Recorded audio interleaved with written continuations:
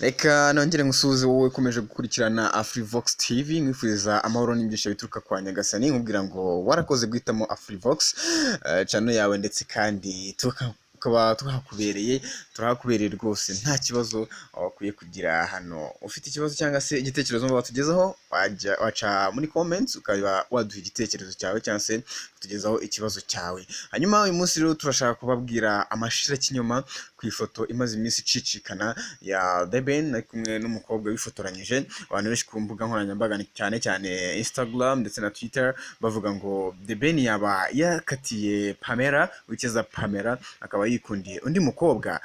Tubazaniye rero amashira kinyoma. Mbere na mbere ko dukomeza kambanze ngusabe wokabyara utarakanda subscribe, wagira gutyo ugakanda aho ngaho hasi handitse subscribe, ubundi ugasubscribinga ino channel, hanyuma ugakanda no ukazogera ukazajya ubona ibiganiro byacu bica kuri ino channel bitandukanye. Murabizi rero ko namwe mutarabimenya ko muri iyi minsi mbabwire ko hari gucicikana ifoto ya The Ben, murayibona ari kumwe n'undi mukobwa utari Uwicyeza Pamela. Twari dusanzwe tuzi ko ari we bakundana, hanyuma rero abantu benshi bahise babifatira hejuru cyangwa se babisamira hejuru, bagenda bandika ndetse banapostinga iyo foto bavuga ngo The Ben yaba yakatiye Uwicyeza Pamela. Ariko nko kabyara mweka mbabwiza ukuri, nta version igaragara ihari ivuga ko The Ben yaba yakundanye n'undi mukobwa akaba yakatiye Pamela, nubwo atari garanti ko uwo bakundana n'ubwo ari we bashakana cyangwa se ariyo tuzumva ngo The Ben agiye gukora ubukwe na Pamela. Ntabwo ari garanti cyangwa se ntabwo ari 100% wabyizera, ariko igihari nuko ikigaragara cyo The Ben na Pamela byo barakundana bya nyabyo, ni ibintu bidashidikanywaho nkuko tubizi. The Ben yagaragaje umukunzi we, yamweretse abantu abinyujije ku mbuga nkoranyambaga ze, ndetse mu minsi yashize murabyibuka ko The Ben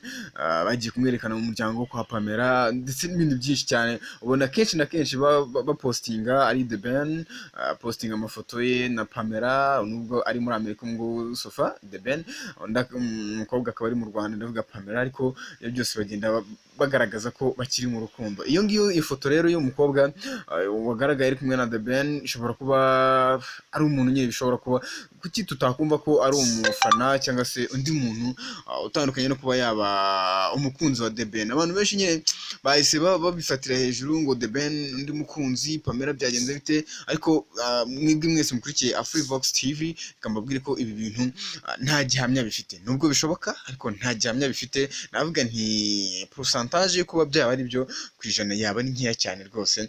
Mbabwire ko amakuru ahari cyangwa se gihamya tugifite nuko The Ben ari mu rukundo na Uwicyeza Pamela. Amubona umukobwa w'uburanga rwose ku maso ye meza, uwo nguwo niwe kiri kumwe na The Ben. Kiretse igihe icyo ari cyo cyose The Ben yaba koko yavuye mu rukundo na Pamela, akaba yagiye mu rukundo n'uwo mukobwa, ubwo twazabimenya kuko ntacyo wahisha itangazamakuru, ntacyo wahisha imbuga nkoranyambaga z'iyi minsi. Baba bakurikiranira hafi abapaparazi muri iyi minsi baba habaye cyane, ntacyo wadisha rero. Bya byose ukora gatoya nyine kaga trending on social media, just like Instagram, Twitter. Akenshi na kenshi niho ibintu bikunze guhita bisakarira, abantu benshi bagapostinga bagakomentinga The Ben byagenze gutya na gutya yabakatiye Pamela. Ariko mu by'ukuri sofa nabwira ngo The Ben acyari mu rukundo na Pamela, nta kintu kigaragaza na kimwe ko yaba yavuye mu rukundo.